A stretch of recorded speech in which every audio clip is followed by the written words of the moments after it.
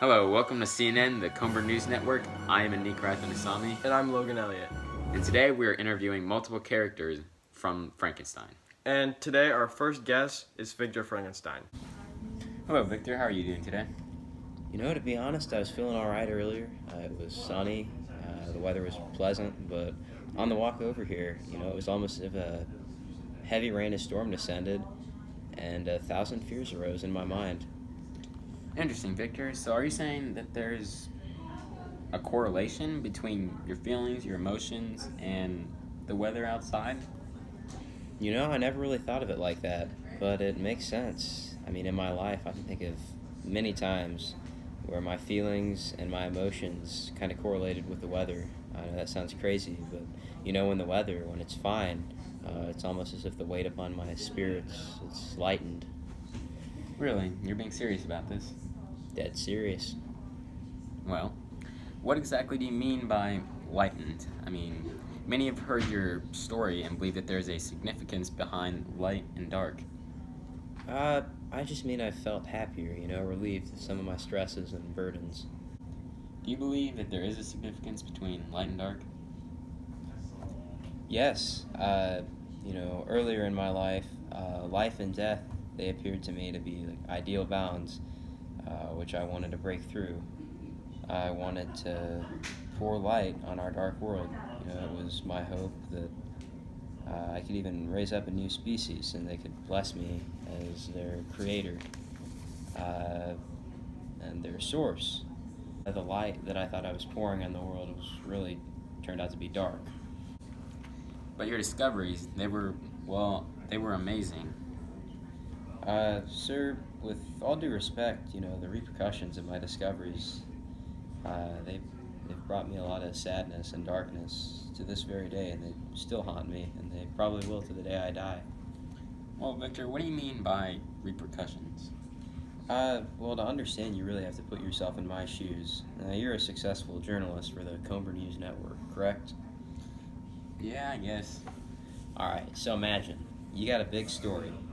Okay, something far more interesting than an interview with some bipolar fictional character from the 17th century. So, this is your whole life's work, and you want to pursue this story. And the person the story's about, well, they're a bad person, and they don't want any coverage from the media. So, you pursue the story, and they don't like it, and they kill all your family and friends. Wow. Yeah, that's basically what I have to live with. Elizabeth, my dad, each of them tried to help me.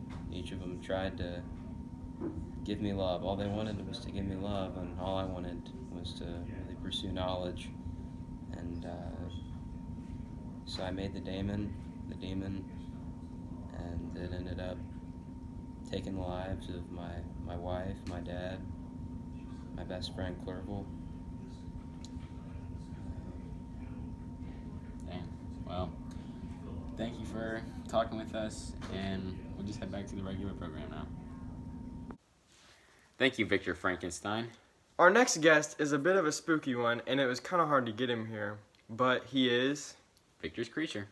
Good evening, and tonight on CNN we have yet another guest on our show tonight, and it was very, very hard to get him here, but we have managed to do so, and we have invited Frankenstein's creature on the show with us. How do you feel tonight? I'm doing all right. That's pretty good. So I wanted to ask, what can you tell me about yourself, and how do you think your experiences relate to Cohen's monster theory? Ever since I was created, I have felt alone. My creator left me for dead, and when I ventured off into the world, I received only hate from human culture. But I was free to do what I wanted with the world. Victor often wished he was me, so that he could have more strength. But in reality, my existence was unhealthy and displeasing. When he did pursue for revenge, he never ended up catching me because I always eluded him. I'm really sorry to hear that. I really feel for you. But do you think there are any symbols related to yourself? Since I have a more stable stature than that of most humans, I'm not affected by weather or malevolent forces of nature.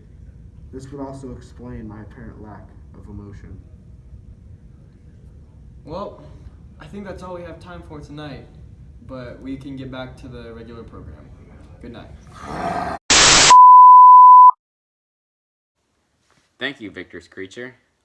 And our next guest is the man who received it firsthand from Victor Frankenstein himself, and he is... Robert Walton. Hello, I'm Josh Chandler here from CNN, and today we're here with Robert Walton. How are you doing, sir? Doing pretty well. That's good. Thanks for being with us here tonight, and I wanted to ask you some questions. So, since Victor told you most of the story of what happened, and you had a little bit of experience with it too, what do you think is the message that can be taken out of this story from future readers and people today? Well, I believe that one of the biggest messages or themes of the story he told me was that curiosity can lead to very dangerous situations and or knowledge. Because you see, when Victor was very young and he decided that his destiny was to become a scientist, his urge and curiosity grew from that point on. And by the time he was older, that curiosity and urge was basically unstoppable, and he pursued his career in life to make a creature that even he could not even bear with his own eyes. That's very interesting. So, do you have any experience with this whole curiosity thing? Sadly, yes, I do.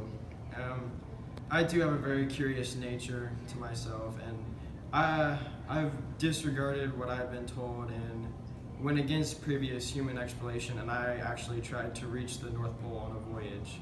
And this ended up going very wrong, and it really just led me into a really dangerous situation. And that was based on all my curiosity, and yeah. Well, thanks for coming out here with us tonight, and now cut back to our regular program. Thank you, Robert Walton, for those words. We're sorry to hear about your trip to the North Pole. And our last guest this evening is the woman who put it all on the paper, and she is... Mary Shelley. Go. So, I wanted to ask you, what influenced you while you were writing this book?